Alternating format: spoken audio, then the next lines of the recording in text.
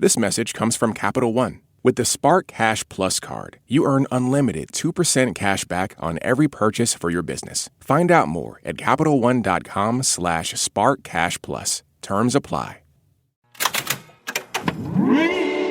Hello, hello.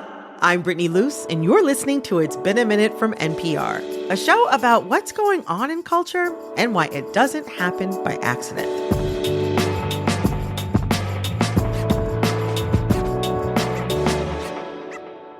The other day, I was scrolling NPR's homepage, and I saw a story that absolutely stopped me in my tracks. An AI video of a manslaughter victim was used to address his killer in a court of law. Hello. Just to be clear for everyone seeing this, I am a version of Chris Pelkey recreated through AI that uses my picture and my voice profile. So I called up NPR digital news reporter Juliana Kim to learn more about what happened. So back in 2021, a man named Christopher Pelkey was shot and killed in a road rage incident. His case initially went to court in 2023, but it had to be retried because of some procedural issues. And it's why it took until this month for the man who shot him to face sentencing. And during this whole time, Christopher's sister, Stacey Wales, had been mulling over what she would say in her victim impact statement, which is a chance for loved ones to talk about their grief before the judge hands down a sentence. What would you say if you only had one last chance to speak up for your brother, to sum up a life? She told me that while she was at a loss for words, it was clear what her brother would say. So she asked her husband and their business partner, both of whom have experience using AI, to help. Her plea was this: This whole trial is about him, because of him, and for him. And he doesn't get a say? He doesn't get a chance to speak? We have to give him a voice. They only had a few days and had to source a bunch of different AI tools, but in the end, they actually pulled it off. And the message that Stacey really wanted the judge and her brother's killer to hear, it was all about forgiveness. To Gabriel Horcasitas, the man who shot me. It is a shame we encountered each other that day in those circumstances. In another life, we probably could have been friends. I believe in forgiveness and in God who forgives. I always have, and I still do. Thank you to everyone for being here. It means more than you know. Well, I'm gonna go fishing now. Love you all. See you on the other side. Now, what's so interesting to me about this story is that it feels like the start of a new relationship between AI and the law. Neither the defense nor the judge pushed back, surprisingly. And later in the hearing, Judge Todd Lang said he actually loved the use of AI. He said he usually sticks to last names in court, but after hearing from the family and seeing the video, he felt compelled to call Chris by his first name. And what really stood out to the judge was that, the family themselves were asking for the maximum sentence, but the AI rendering of Chris didn't talk about punishment. And in the end, the judge actually gave the maximum sentence. I want to know, how will it change our relationship to the law? And what are the broader impacts we might see on our culture? The story makes me reflect a lot on mortality and AI's role in possibly changing kind of what it means to grieve and remember. I'm joined by Juliana, who you just heard. Hi there. And Professor Brandon Blankenship, an assistant professor and director of the pre-law program at the University of Alabama at Birmingham. Thanks for having us. So, Juliana, tell me the rest of the story of this AI video. Why did Stacey feel so strongly about making it? It was clear from talking to Stacey that she was really close to her brother. He lived with her at one point and even walked her down the aisle at her wedding. One of the reasons Stacey felt so strongly about humanizing Chris was because she said the main images of her brother shown during the trial was of him getting shot on the road and his autopsy photo. That's so sad, yeah. Yeah, she was keenly aware of the great power and responsibility that comes with AI. While working on the script, she kept checking in with herself, making sure that what she wrote reflected him, his Facebook posts, his go-to phrases, and not just what she wanted him to say.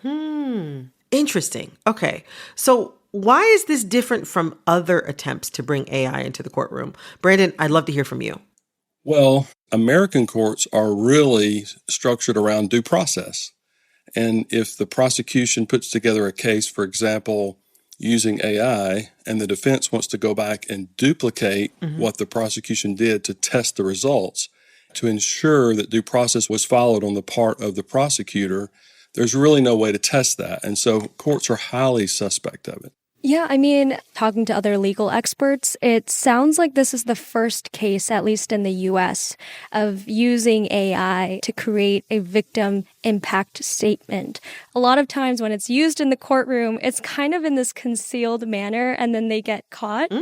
But in this case with Stacey, right, the video opens up with an avatar essentially saying, this is not the real Chris and this was made using AI.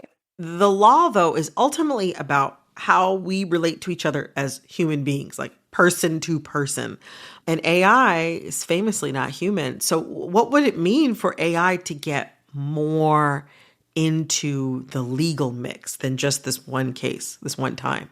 I mean, you're right there at the boundary of law and ethics, but I think the evidence rules altogether, if you just look at them comprehensively, they're really designed to make sure that anything that comes into court is truthful, is just, and, for example, relevant to the actual case, and that it's fair. So if we can utilize AI to make it more just, credible, truthful, and fair, that's a good thing. Like in the case where someone has a disability that does not allow themselves, they can't communicate for themselves, but they have more control over what the AI avatar is actually saying and their expression, but they couldn't do that same level of communication. I think that has huge potential in courts. And from the victim statement point of view, if we want to be fair to victims and people who might be eligible for parole, then maybe a video attendance at those hearings is more fair.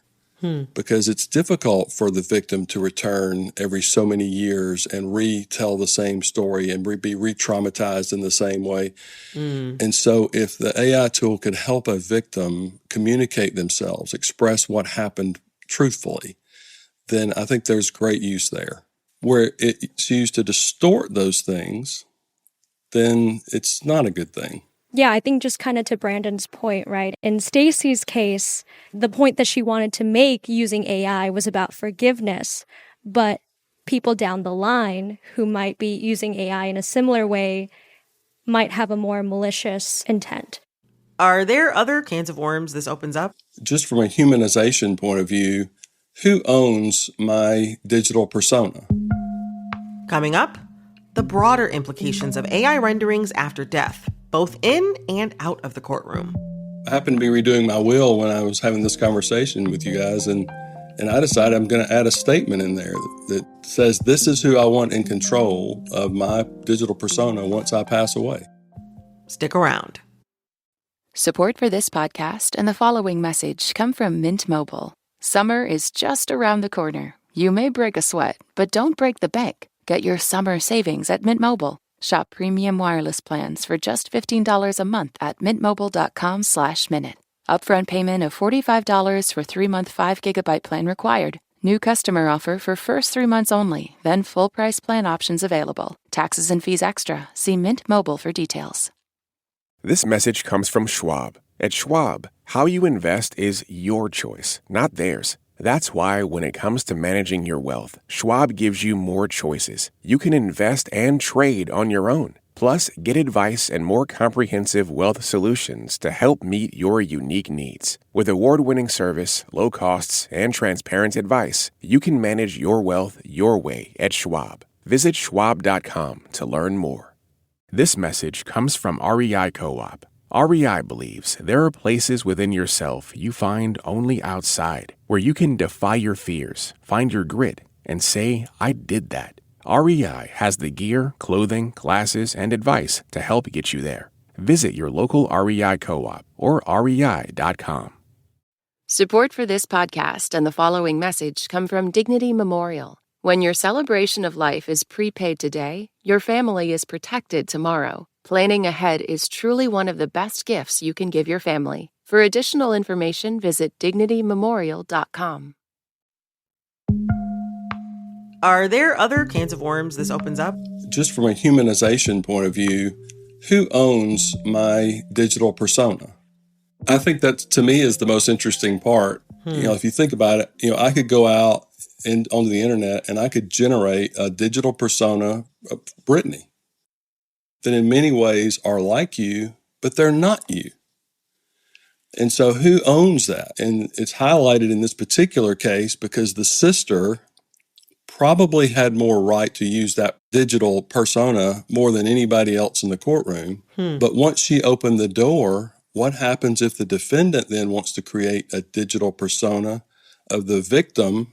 I can see if I were going to be on the other side of this case representing somebody in a sentencing hearing, I would want to narrow that scope down of the storytelling. If we could just narrow the scope down to that one incident where the road rage incident happened, it tells a very different story. And is that fair? Do you think there might be cultural impacts if posthumous AI in or out of court becomes more common? Even just stepping out of the courtroom, right? The story makes me reflect a lot on mortality and AI's role in possibly changing kind of what it means to grieve and remember. One tidbit that stuck with me from talking to Stacey was how badly she wanted to include her brother's chuckle in the video.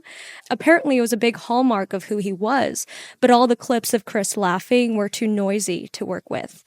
And the whole ordeal made her actually go into a closet and record a 9-minute video of herself talking, laughing, enunciating certain words so that her family wouldn't have the same struggle she did if it ever came down to it. Wow. Right? Wow.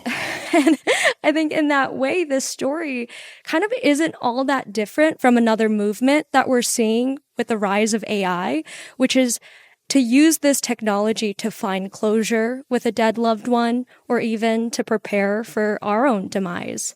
That's an aspect of this that makes everything so complex to me. I mean, to be honest, it's hard for me to know how to feel about this. I'm glad it gave Chris Pelkey's sister closure and their family closure.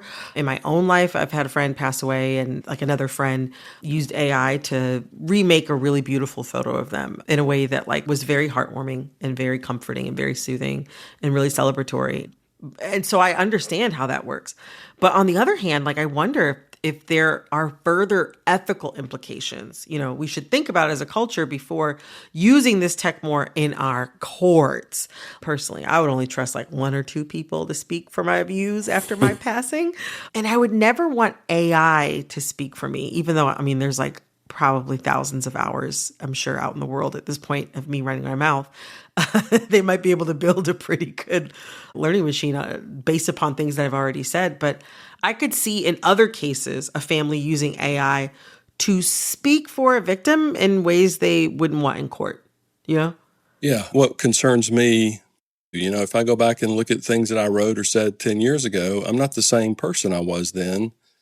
And if you were to build that avatar based on all of those past interviews and writings, how accurate would it really be? I happened to be redoing my will when I was having this conversation with you guys. And, oh, wow. And I decided I'm going to add a statement in there that says, this is who I want in control of my digital persona once I pass away. Wow. These are things I never thought I'd have to think about, but you raise a very good point, Brandon. Gosh, thank you both so much. I really appreciate this conversation. Thanks for having me. Thank you for having me. That was NPR digital reporter Juliana Kim and Brandon Blankenship, assistant professor at the University of Alabama at Birmingham. And I'm going to put on my influencer hat for a second and ask you to please subscribe to this show on Spotify, Apple, or wherever you're listening. Click follow so you know the latest in culture while it's still hot. This episode of It's Been a Minute was produced by Liam McBain. This episode was edited by Nina Pathak. Our supervising producer is Barton Girdwood. Our executive producer is Verilyn Williams. Our VP of programming is Yolanda Sanguini.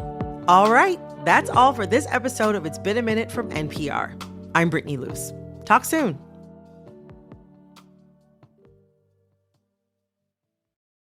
Support for NPR and the following message come from Rosetta Stone, the perfect app to achieve your language learning goals no matter how busy your schedule gets. It's designed to maximize study time with immersive 10-minute lessons and audio practice for your commute. Plus, tailor your learning plan for specific objectives like travel. Get Rosetta Stone's lifetime membership for 50% off and unlimited access to 25 language courses. Learn more at rosettastone.com/NPR. This message comes from Warby Parker, prescription eyewear that's expertly crafted and unexpectedly affordable. Glasses designed in-house from premium materials starting at just $95, including prescription lenses. Stop by a Warby Parker store near you. Support for NPR and the following message come from IXL Learning. IXL Learning uses advanced algorithms to give the right help to each kid no matter the age or personality. Get an exclusive 20% off IXL membership when you sign up today at IXL.com/NPR.